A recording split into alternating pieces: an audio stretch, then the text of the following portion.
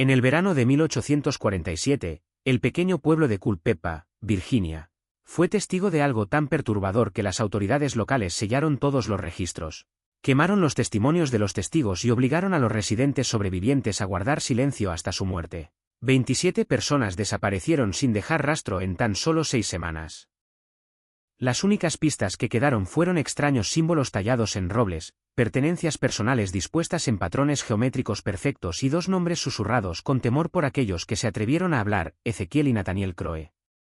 Hermanos gemelos, de 27 años, que habían regresado a su pueblo natal tras una ausencia de una década con un conocimiento que ningún hombre temeroso de Dios debería poseer.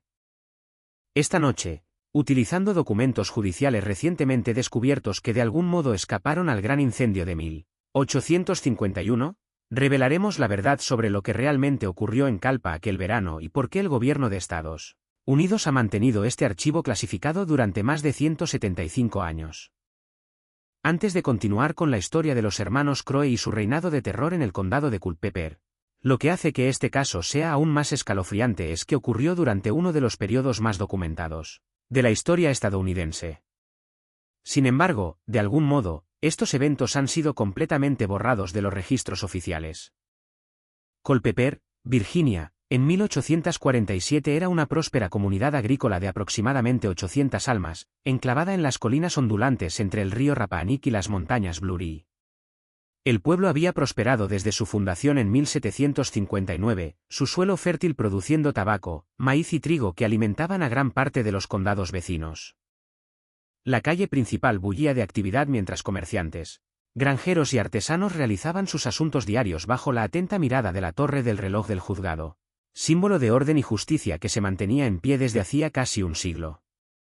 La comunidad era muy unida, como solían ser los pueblos rurales de Virginia, con familias que habían vivido lado a lado durante generaciones. La asistencia a la iglesia los domingos era obligatoria por costumbre social, si no por ley, y los sermones del reverendo Marcus Ayobay en la iglesia bautista de Culper eran atendidos por casi todos los habitantes. El reverendo, un hombre severo pero justo de unos 50 años, había servido a la comunidad durante más de 2 décadas y era considerado no solo un líder espiritual, sino también un pilar de guía moral. Entre las familias más respetadas de Calpa estaban los Crowe, cuyo patriarca, Jeremiah Crowe, había sido uno de los comerciantes fundadores del pueblo. La familia poseía la tienda más grande en la calle principal, así como varias centenas de acres de tierras fértiles. Jeremiah se había casado joven con Rebecca Thorne, hija de una destacada familia de Richmond, y su unión fue bendecida con gemelos en el invierno de 1820. Ezequiel y Nathaniel Crowe eran idénticos en apariencia, pero muy diferentes en temperamento desde sus primeros días. Ezequiel, nacido primero por apenas unos minutos, mostraba una intensidad inquietante incluso de niño. Sus ojos azul pálido parecían penetrar a quien miraba, y rara vez sonreía.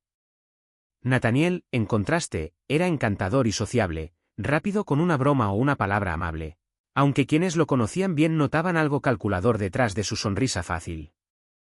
Los muchachos eran inseparables, a menudo vistos susurrando entre ellos en lo que sus padres asumían era el lenguaje privado común entre gemelos.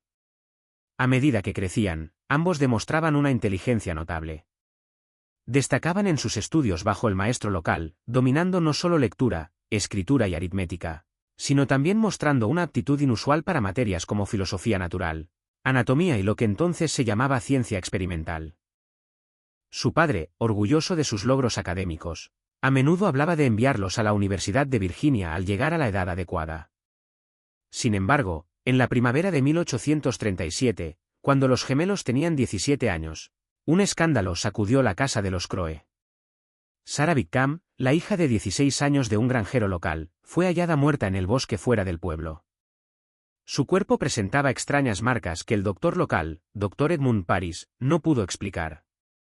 Más inquietante aún, varios vecinos reportaron haber visto a los gemelos Crowe en las cercanías del lugar donde se descubrió el cuerpo de Sarah, aunque nunca se presentaron acusaciones formales.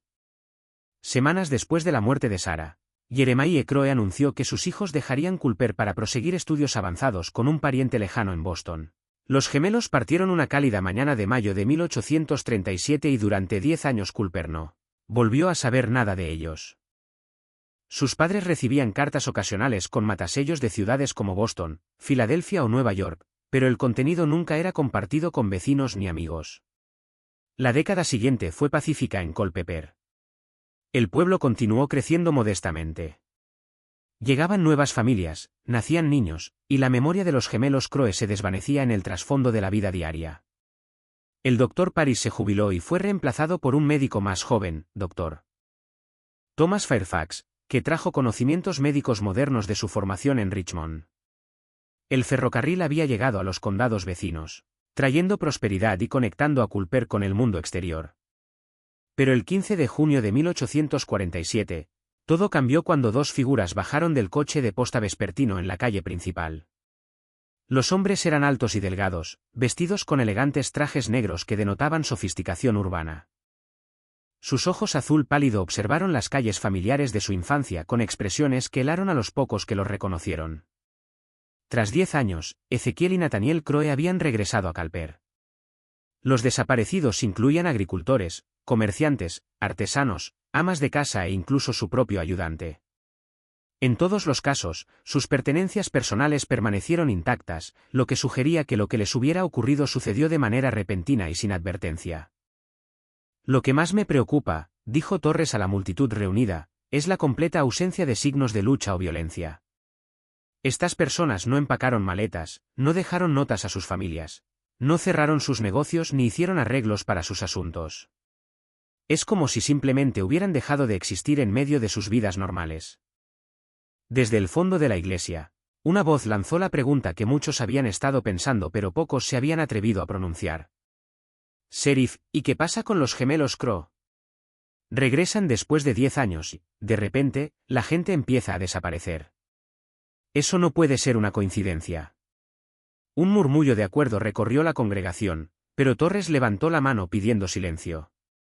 Entiendo por qué la gente puede pensar así, pero no podemos hacer acusaciones sin pruebas.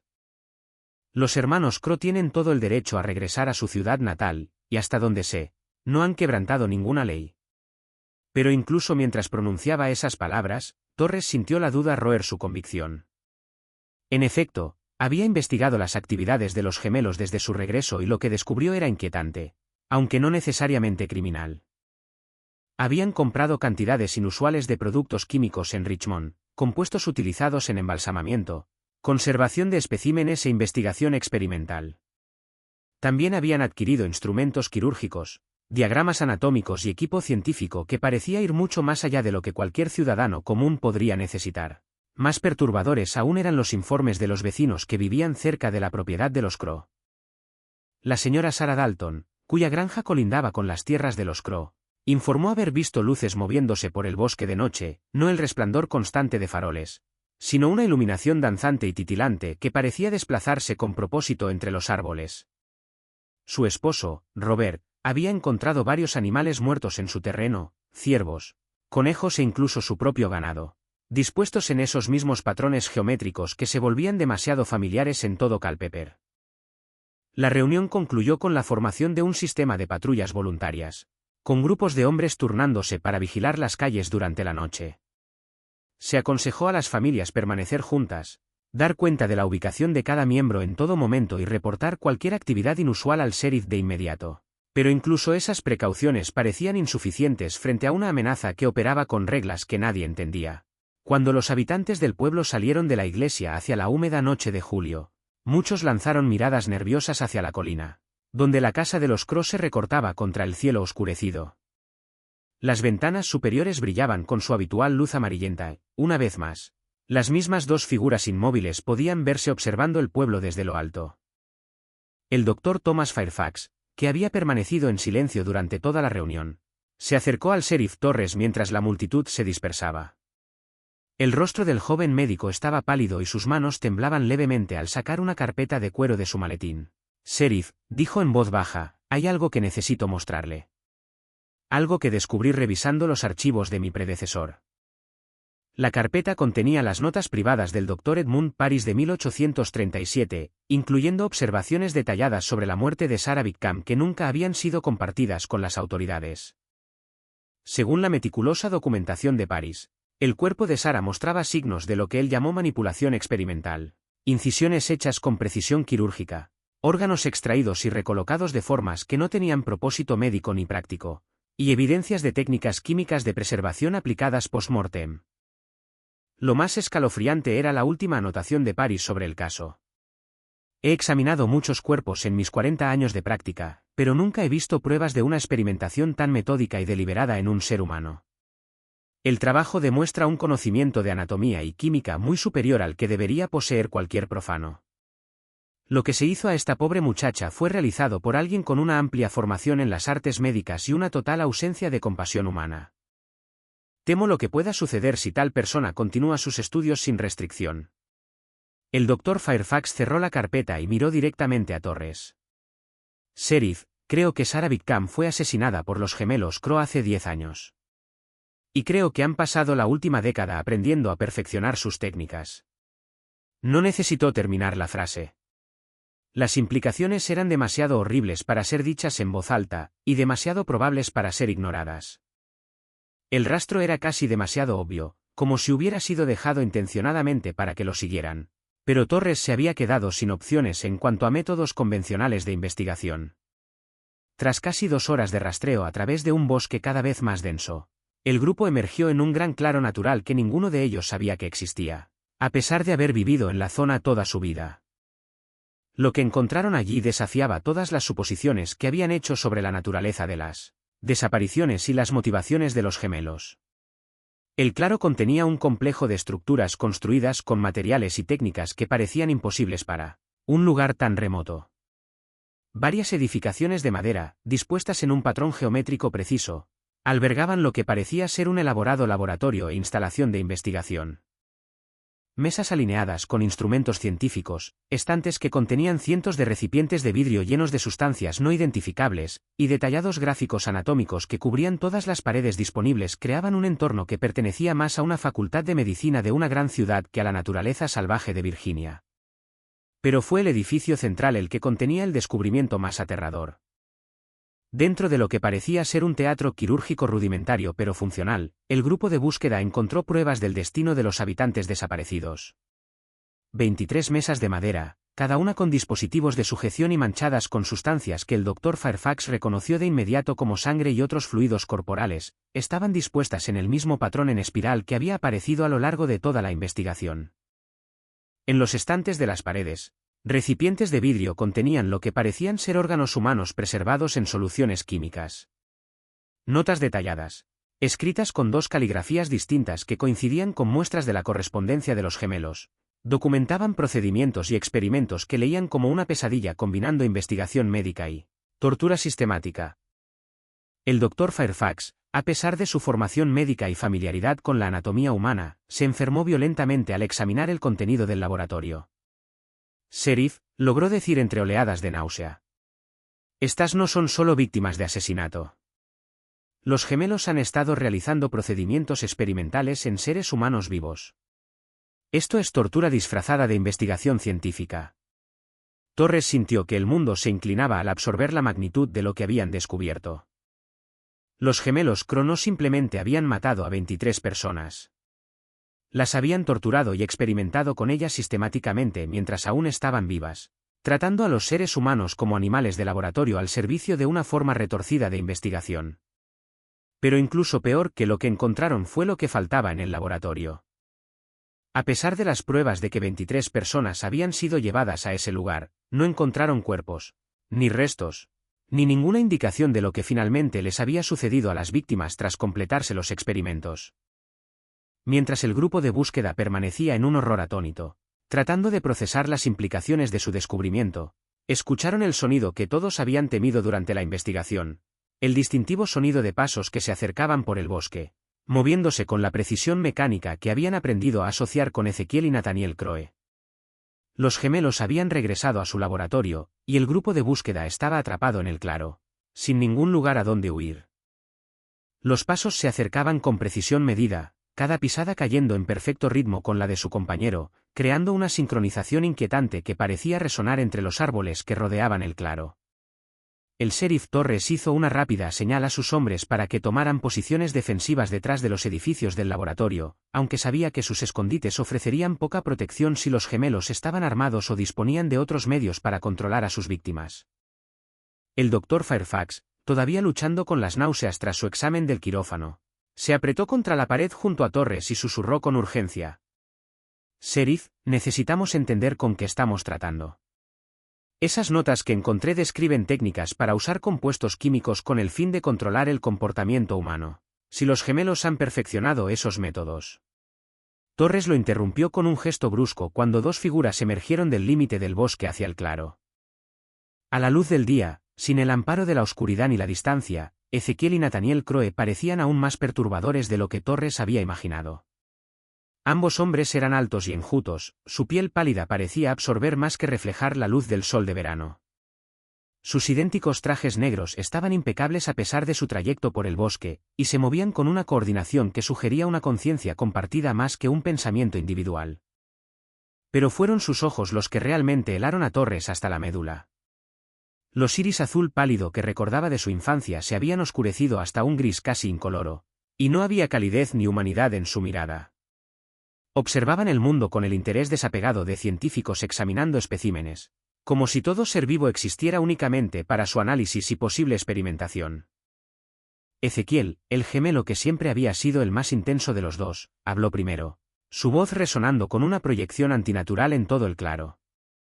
«Sheriff Torres, Dr. Fairfax, caballeros de Culper. Sabíamos que eventualmente encontrarían nuestras instalaciones de investigación. De hecho, hemos estado guiándolos hasta aquí desde hace tiempo». Nathaniel continuó sin pausa, como si completara el pensamiento de su hermano. «Su investigación nos ha sido muy útil. Han ayudado a identificar a los sujetos restantes que necesitamos para completar nuestro trabajo, y su comportamiento predecible nos ha permitido prepararnos para esta fase final». Torres salió de su escondite, con su revólver de servicio desenfundado, pero temblando ligeramente en su mano. «¿Dónde están? ¿Dónde están las personas que se llevaron de nuestro pueblo?». Los gemelos intercambiaron una mirada que, en personas normales, podría haber parecido diversión, pero que en sus rasgos inhumanos se asemejaba más a una fría curiosidad científica. Ezequiel señaló hacia el quirófano con indiferencia casual.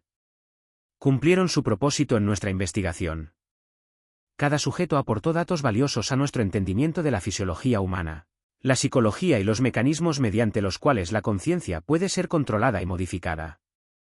«Hablan de tortura y asesinato», gritó el Dr. Fairfax, compelido por su juramento médico a hablar a pesar del terror. «¿Esos eran seres humanos, no animales de laboratorio?». Nathaniel inclinó la cabeza con precisión mecánica, como si considerara las palabras del doctor desde una perspectiva puramente académica. Su apego emocional a especímenes individuales es comprensible, pero científicamente contraproducente. Nuestra década de estudios en Boston, Filadelfia y Nueva York nos proporcionó conocimiento teórico, pero la aplicación práctica requería sujetos que no fueran echados de menos por autoridades con recursos suficientes para interferir en nuestro trabajo. Culper era perfecto para nuestras necesidades, añadió Ezequiel. Una comunidad aislada, mínimo contacto con fuerzas del orden externas y una población lo bastante confiada para ser adquirida fácilmente. Hemos documentado el proceso completo de experimentación humana, desde la captura inicial hasta la disposición final, creando una metodología integral que revolucionará nuestro entendimiento de la naturaleza humana. Torres sintió náuseas al darse cuenta de que los gemelos hablaban del asesinato sistemático de sus amigos y vecinos con el mismo interés desapegado con que un granjero podría hablar sobre técnicas de rotación de cultivos. «Están locos. Ambos están completamente locos». «La locura implica irracionalidad», respondió Nathaniel con calma. «Nuestro trabajo ha sido completamente sistemático y lógico. Identificamos objetivos de investigación, desarrollamos metodologías, adquirimos sujetos necesarios, realizamos experimentos controlados y documentamos nuestros resultados. La única diferencia entre nuestra investigación y la que se realiza en las facultades de medicina es la disposición de llevar nuestros estudios más allá de las limitaciones éticas convencionales». El Dr. Fairfax, recurriendo a su formación médica para mantener una apariencia de diálogo científico, hizo la pregunta que lo había atormentado desde que descubrió el laboratorio. «¿Qué pasó con los cuerpos?». ¿Dónde están los restos de las personas con las que experimentaron? La sonrisa sincronizada de los gemelos fue quizá lo más aterrador que Torres había presenciado en toda su investigación. Ezequiel señaló hacia una serie de grandes recipientes de vidrio a lo largo de una pared del claro que el grupo de búsqueda aún no había examinado de cerca. No desperdiciar, no necesitar, dijo con escalofriante naturalidad. El tejido humano, cuando se preserva y procesa adecuadamente, proporciona un excelente material para investigaciones prolongadas. Hemos desarrollado técnicas para mantener la viabilidad de los especímenes mucho más allá de los métodos convencionales. Torres sintió que el estómago se le revolvía al comprender la implicación. Los gemelos no solo habían matado a sus víctimas. Habían encontrado la manera de preservar y seguir experimentando con sus restos, tratando a los seres humanos como especímenes científicos catalogados y almacenados para estudios futuros. Pero nuestra fase de investigación ya está completa, anunció Nathaniel, sacando un cuaderno de cuero de su bolsillo. Hemos documentado suficientes datos para publicar nuestros hallazgos, aunque sospechamos que el actual establecimiento científico carece de la visión para apreciar nuestras innovaciones metodológicas. Ezequiel asintió en perfecta sincronía con su hermano. Lo que nos lleva a la fase final de nuestro proyecto Culper. Verá, Sheriff Torres, necesitamos testigos que validen nuestro trabajo. Su investigación, sus descubrimientos, su testimonio proporcionarán la credibilidad que nuestra investigación necesita para obtener aceptación en los círculos académicos. Nunca te ayudaré, dijo Torres, aunque su voz carecía de convicción. Había algo en la calma confianza de los gemelos que sugería que ya habían previsto su resistencia. Oh, pero lo harás, respondió Nathaniel, metiendo la mano en su bolsillo y sacando un pequeño vial de vidrio lleno de un líquido transparente. Nuestros experimentos han producido varios descubrimientos revolucionarios en el campo de la modificación química del comportamiento. Este compuesto en particular induce obediencia total, manteniendo al mismo tiempo la conciencia y la formación de memoria. Los sujetos permanecen completamente conscientes de sus acciones, pero pierden toda capacidad de resistencia o de toma de decisiones independiente. El Dr. Fairfax reconoció de inmediato las implicaciones. Eso es lo que usaron en las personas desaparecidas. No las secuestraron. Las drogaron para que obedecieran. Exacto, confirmó Ezequiel. Mucho más eficiente que la fuerza física, y elimina las complicaciones de trabajar con sujetos no dispuestos durante los procedimientos experimentales. Una pequeña inyección, y hasta el individuo más fuerte de voluntad se vuelve perfectamente cooperativo. Torres comprendió con horror creciente que los gemelos pretendían usar su compuesto químico para obligarlo a él y a sus hombres a convertirse en participantes voluntarios en la fase final de su plan. Pero antes de que pudiera responder, Nathaniel hizo un anuncio que lo cambió todo. Sin embargo, hemos encontrado una complicación inesperada en nuestro cronograma de investigación, dijo, con un tono mecánico que en una persona normal habría parecido frustración. Nuestras reservas químicas se están agotando, y nuestro lote más reciente de sujetos de prueba fue insuficiente para completar los experimentos finales. Los ojos incoloros de Ezequiel se fijaron en Torres con intensidad depredadora. Necesitamos más especímenes para validar nuestras conclusiones.